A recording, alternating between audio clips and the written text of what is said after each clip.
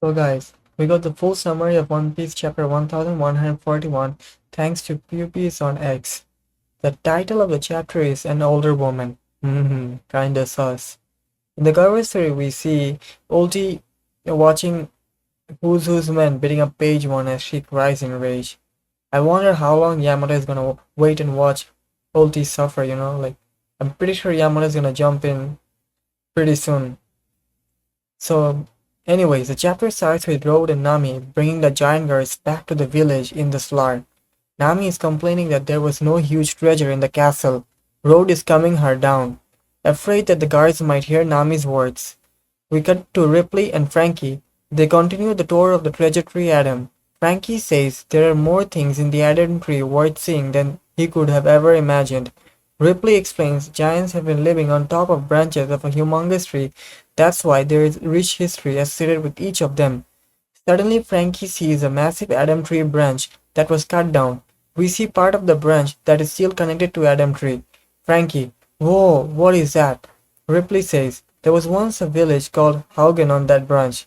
One day a lightning struck the village, setting it aflame.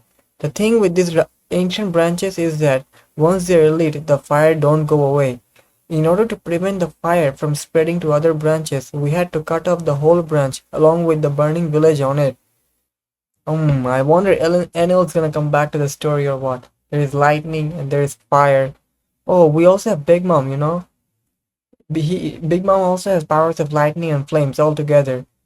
So it's kind of interesting what's going on here. I wonder if Big Mom's gonna come back during the Elbaph arc at some point. Anyways, we continue with Frankie saying that must have been tough. As legendary as Adam is, I guess this is something inevitable once a tree gets old. Ripley says, we may say lightning and fire are Elbaph's only weaknesses. This is really interesting, like this point. You also remember the lightning we saw in the mural in chapter 1138? I wonder if that mural is depicting the third world or it's actually depicting the second and the first world. My point of view is that it's like depicting like the first, second, and third world all together. It's kind of like the history is repeating itself. Anyways, we cut to the western village where Nami is back at the party. She's talking with the drunk Usopp. Like this part is very funny, bro. Like, man, seriously, Usopp needs to lock in, bro. This is his art, man. Usopp says, Usopp says, Nami, where'd you go?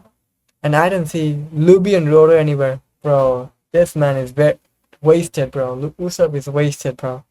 He doesn't know what he's saying anymore, bro. Like seriously.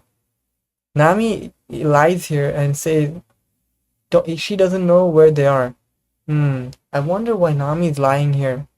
Like, maybe he doesn't want Usopp to know that Luffy and Zoro are going to free Loki.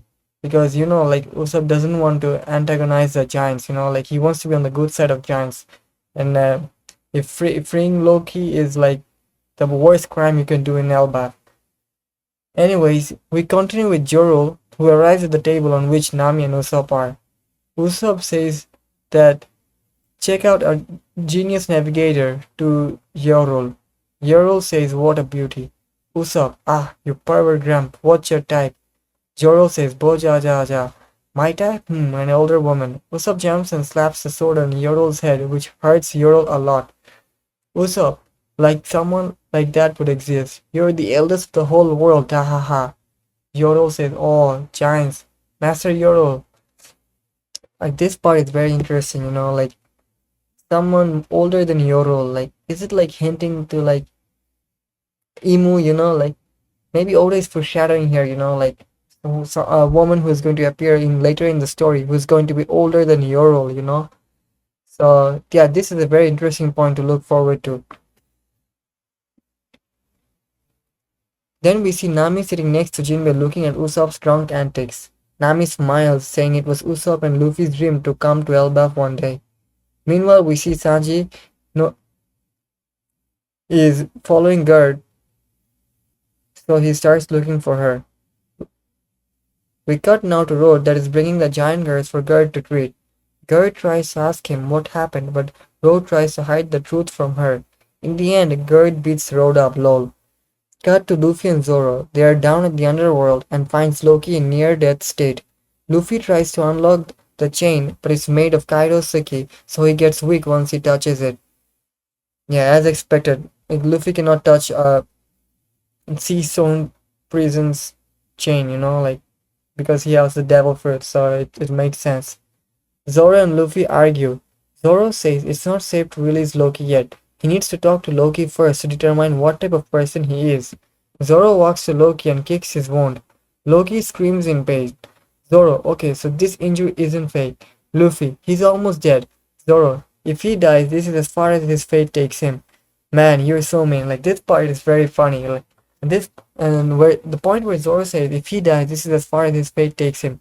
This is like this is if you guys remember, this is a callback to Thriller Bark when Zoro was ready to sacrifice his life for Luffy, the most one of the most iconic scenes and nothing happened. Then we see Zoro agree to release the chains, but he will keep one cuff at Loki's ankle intact to make sure if Loki goes rampage, they can easily stop him. Luffy says he will go get Chopper, but since the Owl Library is too far away, they should get the village's doctor instead. Zoro says if that alerts giants of them liberating Loki, they will surely be banished. Luffy says he doesn't care, he will call a doctor from the village.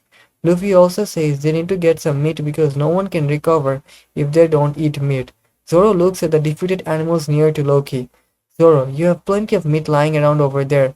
Luffy, angry. Don't say that ever again. They are my friends. I'll go hunt something else in the mountains. Zoro, they're the meat all the same. Luffy, more angry. You obviously don't eat your buddies. Zoro, okay, okay, my bad. Like, this part is so funny, bro. Like, you remember like the gag between Luffy and Chopper? Like, Luffy, like, he's saying that it is not good to eat your buddies. But Luffy, at any chance, at any opportunity, he will try to eat Chopper whenever he's hungry. Like, this is very funny. And the whole interaction between Zoro and Luffy right here is very, like, wholesome. Like, you love to see these things. Captain and vice captain, bro. They're having a conversation among each other. It's great to watch. Like, I really love how Oda is giving more screen time between Luffy and Zoro. Like, we really need that. Anyways, we see Luffy heading to the village, but he hears something coming from the sky. Luffy and Zoro see Hajruddin and his crew with Sanji falling down from the sky. Hajruddin heard everything from road and rushes down to stop Luffy and Zoro. But since they are in such a rush, Hajruddin's crew didn't take normal elevator and rode a Slar down. The Slar ends up falling since there is no iron cloud at lower level. In an amazing double page, Luffy uses Gomu Gomu no Fusen to help all of them. Luffy's body swells up a lot to stop the Slar. Hajruddin cries with joy to see Luffy, but the Slar bounces with great force and all of them except Gerd and Sanji fly away again. Hajruddin and his crew manage to meet up with Luffy again. They are severely injured, lol. They thank Luffy for his help since a fall from that height would mean instant death. Then Hajruddin asks Luffy not to release Loki. Hajruddin, please Straw Hat, reconsider your decision to liberate Loki.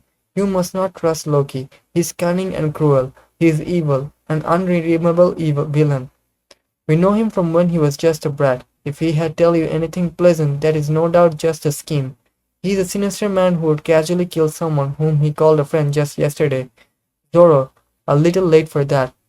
This is funny, like Hajruddin said all those things for only to Zoro reveal that they had already freed Loki. Hajruddin is very shocked and said, in the absolutely epic final double page of the chapter, we see Loki has gotten up although he still has the cuff on his left ankle. Loki is in front of Luffy and looks very angry. His face is shadowed. Loki's size is colossal. Luffy looks like an ant next to him. New giant warrior pirates are in shock. New giant warrior pirates. It's Loki. Luffy, what? He should be passed out. Hajruddin looks at him defiantly while Loki grabs his weapon with a malevolent smile on his face. Hajruddin, stop, Loki! Stay away from the Ragnir. Kanji means Iron Thunder. End of the chapter, no break next week.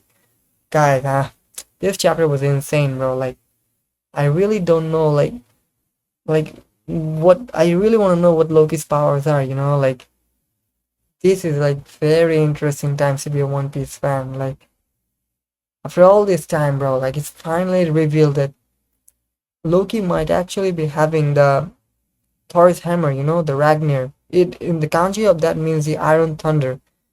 So yeah, the Mjolnir of Thor might be in Loki's hand right now. So anyways, yeah, I'm so excited for what's about to happen next. Like, will Luffy, Zoro, Sanji fight Loki next? Or is Loki about to go after Shamrock and Gunko, like, because they hurt him before. So, yeah, like, there is no break next week, so I'm so excited, bro. Like, I can't wait to see what Oda is cooking next. Anyways, guys, thank you for watching my video. I will see you on the next one.